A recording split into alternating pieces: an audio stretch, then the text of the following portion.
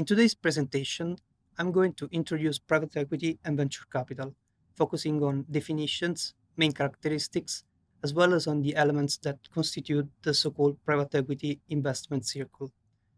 First of all, it is important to define what we intend when we talk about private equity.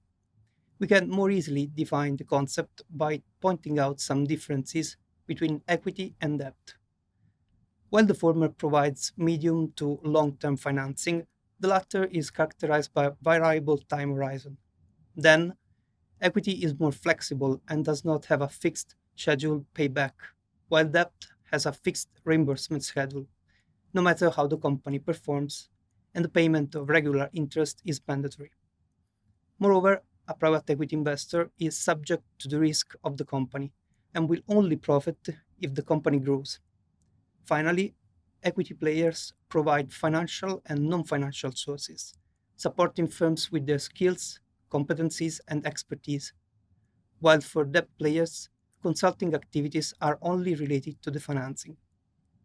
Therefore, we can define private equity as a form of equity investment into private companies not listed on the stock exchange. It is a medium to long term investment characterized by active ownership. Private equity builds better businesses by strengthening management expertise, delivering operational improvements, and helping companies to access new markets. Private equity players are institutional players that raise capital mainly from institutional investors and invest in equity of non listed companies, remaining as shareholders for a period of 4 5 years. Getting into more details about the private equity circle, it could be divided into four elements: fundraising, the promotion of a new equity investment vehicle within the business community with the purpose of funding money and soliciting commitments to invest from institutional investors, such as pension funds, insurance companies, etc. Investment, it represents the core of private equity business and it is composed by two main elements: selection of opportunities and overall valuation of the target companies, taking into consideration financial, strategic, but also human elements, such as the expertise of the skills related to the managers of the target company. Managing, monitoring, and value creation. When the deal is closed, both the investor and the company need to organize, plan, and efficiently manage their partnership with the aim of creating value. Divestment. Exiting is the final step of the investment process. It is highly critical since it is important to identify the best time and the best way to exit. Moving on venture capital, it could be defined as a type of private equity investment focused on startup companies. Venture capital funds back entrepreneurs with innovative ideas for a product or service who need investment and expert help in growing their companies.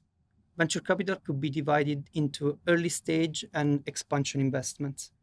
Early stage category involves seed financing provided to research, assess, and develop an initial concept before a business has reached the startup phase, and startup financing provided to companies for product development and initial marketing. At this stage, companies may be in the process of being set up or may have been in business for a short time, but have not commercialized their product yet. In general terms, early stage transactions are characterized by a very high risk because of the uncertain future development of the business. It is possible to calculate the expected IRR even if the maturity of the investment can be very long. Moreover, in this particular stage of investment, it is important to give strong support to the preparation of the business plan, to offer capability in understanding the nature and the assumptions of the business, and to realize a strong valuation of the team. In this sense, there is a strong involvement of the management team related to all the activities necessary to build a solid business plan. On the other hand, expansion financing is provided for the growth and expansion of an already operating company. At this stage, capital may be used to finance increased production capacity, market or product development, and or to provide additional working capital. Generally speaking, expansion investments aim at backing the growth phase of a firm that wants to consolidate its position on the market. Money is used only to sustain the gap existing between cash flow and money needed and to finance sales growth.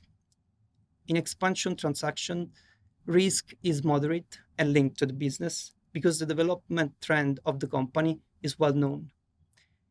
In terms of potential critical elements to manage, it is important to underline the need to face risks linked to a fast process of growth, accurate selection of potential new markets, inventory choices, etc. Finally, regarding the relation between the fund and the company, mentoring as well as advisory activities are pivotal in defining the right assumption of strategic decisions.